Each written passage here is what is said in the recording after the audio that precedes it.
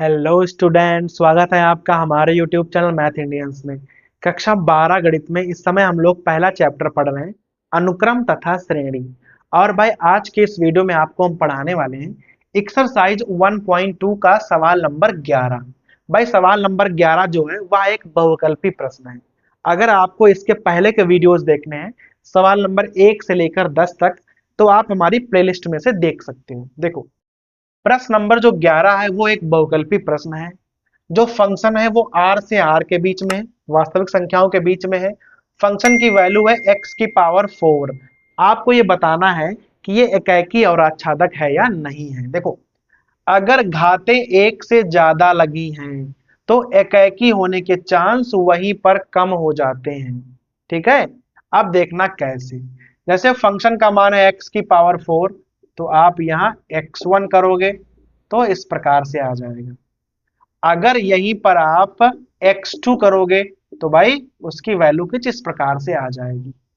हमने पहले x का मान x1 रखा है तो इस प्रकार से बन गया, फिर x का मान x2 रखा है तो इस प्रकार से बन गया। फिर यहां हम लोग क्या लिखते हैं, लिखेंगे माना f(x1) बराबर f(x2). ठीक है, और भाई दोनों की वैल्यू ना हम लोग बराबर कर देंगे। x1 की पावर 4 बराबर x2 की पावर 4 आ जाएगा। अब अगर आप इन दोनों को हल करो और यहां बहुत ध्यान दो, तो क्या आप ऐसा लिख सकते हो? हम भाई यहाँ ऐसा लिख तो सकते हैं, लेकिन चूंकि घातें यहाँ सम संख्या हैं और जब भी घातें सम संख्या होती हैं तो प्लस माइनस वाली वैल्यू बन जाती है। तो x1 का मान हो जाएगा प्लस माइनस x2।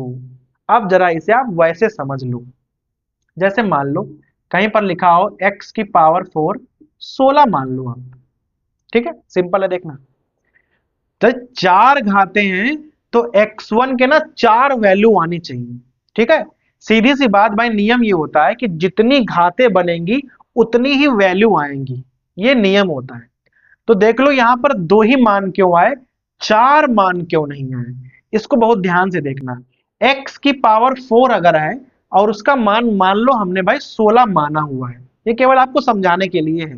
तो यहां से अगर आप एक्स स्क्वायर का मान निकालोगे तो इसका अंडर रूट करना पड़ेगा, तो उत्तर आ जाएगा +-4। ठीक है, दो देखो उत्तर आ गया यहीं पे। फिर अगर आप एक्स स्क्वायर बराबर 4 लेकर ट्राई करते हो तो देखो x की यहां दो वैल्यू आएंगी, ये वाली। लेकिन अगर आप एक्स स्क्वायर बराबर -4 लेकर ट्राई करते हो तो तब भी x की दो वैल्यू आएंगी, इस प्रकार से। समझ रहे हो आप? तो x की कुल मिलाकर 4 वैल्यू बन जाएंगी। अगर हमने x की पावर 4 करा है तो जितनी पावर होती है उतनी ही वैल्यू आती है, ये नियम होता है। लेकिन जब आपने x की पावर 16 करा ना भाई, x पावर 4 है 16 कर दिया तो एक्स स्क्वायर का मान आ गया +-4। फिर जब आपने एक्स स्क्वायर का मान 4 लिया तो दो वैल्यू आई, -4 लिया तो दो वैल्यू आई। लेकिन ये भाई क्या है, ये इमेजिनरी नंबर हैं, काल्पनिक संख्याएं हैं, और ये वाली वास्तविक संख्याएं। अर्थात जब आपने x की पावर 4 का मान 16 लिया तो दो उत्तर वास्तविक आए और दो उत्तर काल्पनिक आए।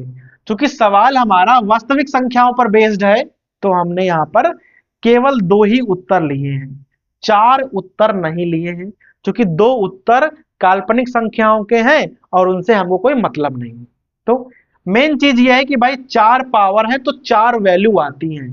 तो दो वैल्यू वास्तविक थी हमने ले ली, दो काल्पनिक थी हमने छोड़ दी। अगर एक से ज्यादा वैल्यू आती है तो वो चीज एकेकी नहीं होती है। अब चाहे 3 वैल्यू आए, चाहे 4 वैल्यू आए, चाहे 10 वैल्यू आए, आपसे इन बातों पर कोई फर्क नहीं पड़ना चाहिए। एक से ज्यादा है तो एकाएकी नहीं है, बात खत्म वहीं पे। आच्छादक चेक करोगे कैसे? फंक्शन x को आप y मान लोगे, फिर x की पावर 4 करोगे बराबर y कर दोगे। अब x का मान क्या हो जाएगा, इस प्रकार से आ जाएगा भाई। अब यहां पर आपको खाली एक चीज चेक करनी है कि क्या अगर आप y का मान r अर्थात वास्तविक संख्या रखोगे तो क्या x का मान वास्तविक आएगा? जरूरी नहीं है। कैसे? अगर आप y का मान माइनस में रख लो तो x का मान क्या आ जाएगा? इस प्रकार से आएगा। अगर अंडर रूट के अंदर जो है, यहां कितनी भी घातें लगी हो फर्क नहीं पड़ता है, अगर उसके अंदर माइनस की संख्या लिखी हुई है तो वो संख्या काल्पनिक संख्या बोली जाती है, ये संख्या वास्तविक संख्या नहीं है। अर्थात अगर y के मान आप माइनस में रख दोगे तो x का मान r नहीं होगा, जबकि नियम यह है कि प्रत्येक y बिलोंग्स टू r के लिए x r को बिलोंग करना चाहिए। अगर प्रत्येक संख्या के लिए नहीं करता है, एक के लिए भी नहीं करता है, तो वो आच्छादक नहीं होगा।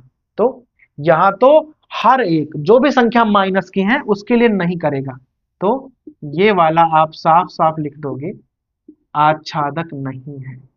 एकाएकी यहां पर नहीं था, आच्छादक यहां पर नहीं है, तो पूरा सवाल क्या हो गया?